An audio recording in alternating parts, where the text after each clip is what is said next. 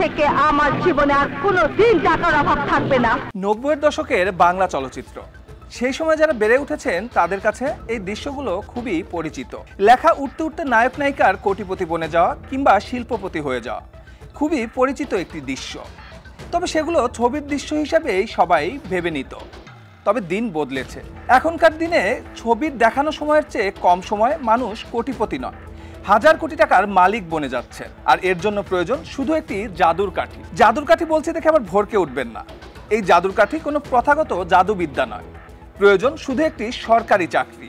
যে সরকারি চাকরিকে আমরা জাদুর কাঠি বলছি, সেই সরকারি চাকরির সঙ্গে একটু পরিচয় হওয়া যায়। সরকারি চাকরি সাধারণত 20টি গেটে হয়ে থাকে এবং এই 20টি গেটের প্রত্যেকটি গেট ধরে আমরা সম্পদের একটি হিসাব দেওয়ার চেষ্টা করব। ঢাকা শহরে একটি 7তলা বাড়ি করতে আমরা বিভিন্ন সংগঠনের সঙ্গে কিংবা যারা আসলে এগুলো নিয়ে কাজ করে তাদের সঙ্গে কথা বলেছিলাম। তারা আমাদের যে হিসাবটি দিয়েছেন সেটি হচ্ছে 7তলা একটি বাড়ি করতে ঢাকা শহরে ন্যূনতম 7 কোটি টাকার প্রয়োজন আছে। আর এই 7 কোটি টাকার মালিক হতে একটি প্রথম গেটের সরকারি চাকরিজীবী যিনি, তার 75 বছরের আসলে বেতন প্রয়োজন। তিনি যে বেতনটি আসলে তার গেট অনুযায়ী পেয়ে থাকেন।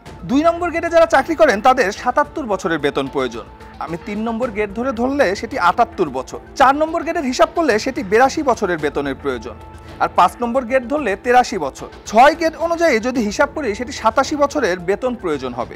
7-এর গেট অনুযায়ী চিন্তা করলে সেটি 92 বছরের বেতন লাগবে তার রাজধানীতে 7তলা একটি বাড়ির মালিক হতে। আর 8-এর ক্ষেত্রে 105 বছর। 9-এর ক্ষেত্রে যদি আমরা ধরি সেক্ষেত্রে 109 বছরের বেতন প্রয়োজন হবে তাকে রাজধানীতে শুধুমাত্র একটি 7তলা বাড়ির মালিক হতে। 10-এর ক্ষেত্রে সেটি 150 বছরের বেতনের প্রয়োজন। গেট 11 ছাড়া বাকি 20 পর্যন্ত আর সবারই 200 থেকে 300 বছরের বেতন প্রয়োজন। আজকে আসলে যে মানুষটিকে নিয়ে আমরা কথা বলবো তিনি 5ম গেটের একজন কর্মকর্তা। তিনি জাতীয় রাজস্ব বোর্ডে কর্মরত আছেন যুগ্ম কমিশনার মর্যাদায়। লাস্ট দুদক তার যে সম্পদের হিসাব দিয়েছেন সেখানে দেখা যাচ্ছে তিনি প্রায় 1000 কোটি টাকার মালিক হয়েছেন। আর এই 1000 কোটি টাকা তার ইনকাম করতে কিংবা আয় করতে তাকে প্রতি বছর তাকে 52 কোটি টাকা সে প্রতি বাৎসরিক হারে তিনি ইনকাম করেছেন, অথচ তার বেতন মাত্র 43,000 টাকা। এই কর্মকর্তার নাম আবু মোহাম্মদ ফয়সাল। তিনি একজন 5ম গেটের কর্মকর্তা। গেট হিসাবে তার সর্বোচ্চ বেতন 69,000 টাকা। 43,000 টাকা থেকে তার বেতন শুরু। আমাদের কাছে যতটুকু তথ্য আছে তিনি এখন সর্বোচ্চ বেতন পেতেন 50,000 টাকা। সেই 50,000 টাকা বেতন দিয়ে তিনি 1000 কোটি টাকার মালিক হয়েছে। তিনি বর্তমানে যে বাসাটিতে বাস করছেন সেই বাসাটিতে গিয়েছিলাম। সেই বাসাটি আসলে রাজধানী রমনার সিদ্ধেশ্বরী রোডের একটি বাসাটিতে অর্থাৎ ফ্ল্যাটে তিনি থাকেন এবং সেখানকার যে নিরাপত্তা কর্মীরা আছে তাদের সঙ্গে কথা বলেছিলাম। তারা আমাদেরকে যেটি জানিয়েছেন ওই অ্যাপার্টমেন্টের সর্বনিম্ন ফ্ল্যাটের আকার হচ্ছে 2300 স্কোয়ার ফিট এবং শুধুমাত্র এই 2300 স্কোয়ার ফিটের একটি ফ্ল্যাটের দাম 6 কোটি টাকা। সেখানে তিনি 3000 স্কোয়ার ফিটের একটি ফ্ল্যাট কিনে সেখানে বসবাস করতেন। খুব সহজেই বোঝা যায় এই 3000 স্কোয়ার ফিট ফ্ল্যাটের দামই আসলে আমরা যে হিসাবটি দিয়েছিলাম একটু আগে সেই 7 কোটি টাকার কাছাকাছি। অর্থাৎ সেই 7 কোটি টাকা 5ম গেট হিসাবে যদি আমরা চিন্তা করি তার কিন্তু 83 বছরের আসলে বেতন প্রয়োজন হবে।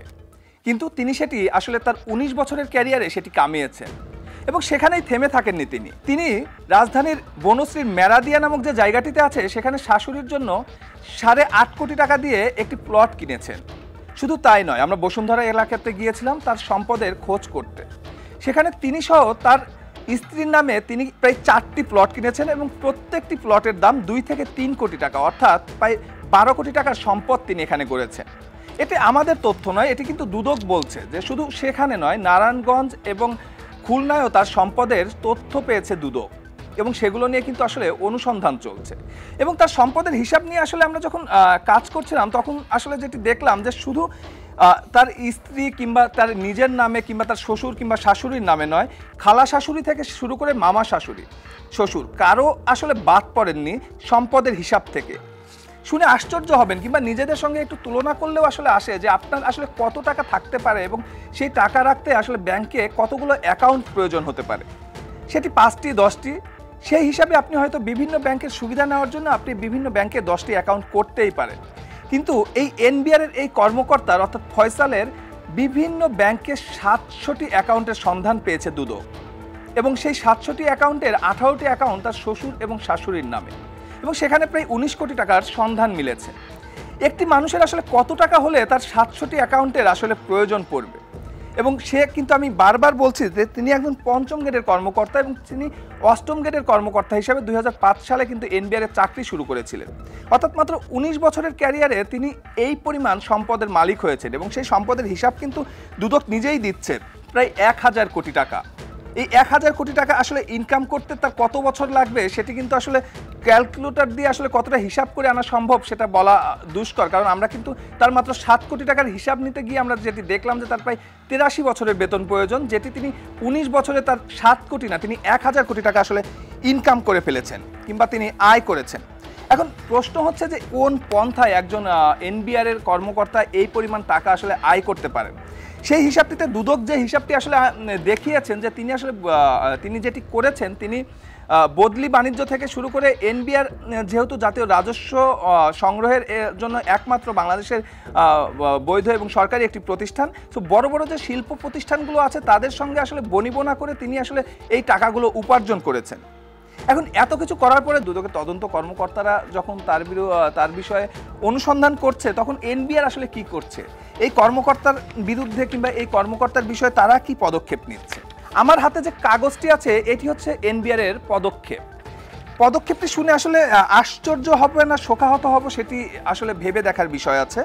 তাকে যেটি করা হয়েছে সেটি হচ্ছে জনাব মনিরুজ্জামানকে বগুড়াতে বদলি করা হয়েছে। এইটি হচ্ছে তার শাস্তি, যে বগুড়াতে এত বড় একটা ক্রাইম বলবো কিংবা দুর্নীতি আমরা যে নামেই অভিহিত করি না কেন, এত বড় একটি ক্রাইম করার পরে কিংবা দুর্নীতি করার পরে তার শাস্তি হিসাবে তাকে বগুড়ায় বদলি করা হচ্ছে। এখন প্রশ্ন হচ্ছে যে পন্থায় তিনি টাকা উপার্জন করেছেন সেই পন্থায় তার যারা সহকর্মী আছেন এখন এনবিআর এ চাকরিতে বর্তমান আছেন, তাদেরও কিন্তু সেই একই পন্থায় আসলে দুর্নীতিলব্ধ টাকা পয়সা কিংবা নীতি বহির্ভূত কার্যকলাপ করার কিন্তু আসলে সুযোগ আছে। সেক্ষেত্রে ফয়সালের এই মেসেজটি তাদের ক্ষেত্রে কতটা আসলে কাজে দিবে, তাদের দুর্নীতিগ্রস্ত হওয়া থেকে বিরত রাখতে এটা কতটা মেসেজ আকারে আসলে যাবে, সেই প্রশ্নটি কিন্তু আসলে থেকেই যাচ্ছে। তবে ভরসা রাখতে হবে আসলে দুদকের উপর, যেহেতু তারা আসলে এখনো তদন্তের উপরে আছে এবং তদন্ত শেষে তারা একটি প্রতিবেদন দেবে। সেই প্রতিবেদনে আমরা যথারীতি যেটি দেখি যে তাদের বিভিন্ন রকম সুপারিশ থাকে, সেই সুপারিশে আসলে তার শাস্তি আসলে কি হয় এবং সেই শাস্তির মেসেজটি আসলে এনবিআর এর বাকি যারা কর্মকর্তারা আছেন তাদের জন্য আসলে কতটা ফলপ্রসূ হয় এবং সেই ফলপ্রসূ সিদ্ধান্ত কিংবা ফলপ্রসূ তাদের ভিতরে কোনো ইফেক্ট কিন্তু আসলে বাস্তবিক অর্থে এনবিআর যখন একটি স্বচ্ছ ওয়েতে চলবে তখন কিন্তু আসলে সেটি দেশ তথা দেশের অর্থনীতির জন্য কাজে দেবে, সেই আশা কিন্তু আমরা করতেই পারি এবং সেই আশা নিয়ে এখন দুদকের দিকে আমরা চেয়ে থাকা ছাড়া আসলে বিকল্প কোনো রাস্তা দেখছি না।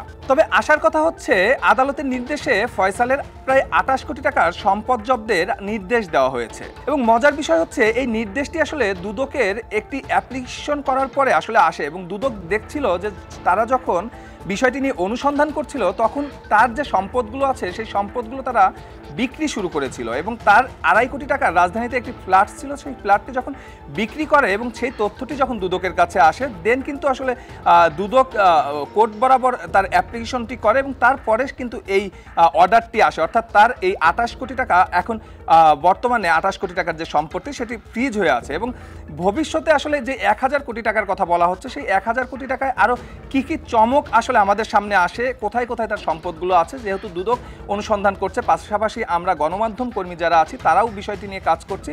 আসলে সামনে বোঝা যাবে যে সে কিভাবে কি উপায়ে কোথায় কোথায় কিভাবে সম্পদগুলো আসলে লুকায়িত রেখেছেন কিংবা কার কার নামে আসলে সম্পদগুলো করেছেন। তো সে পর্যন্ত আসলে আমাদের সঙ্গে থাকবেন, আমরা এই বিষয়গুলো নিয়ে হয়তো ভবিষ্যতে আবারও আপনাদের সামনে আসবো এবং বিষয়গুলো আপনাদের সামনে পুঙ্খানুপুঙ্খভাবে তুলে ধরার চেষ্টা করব।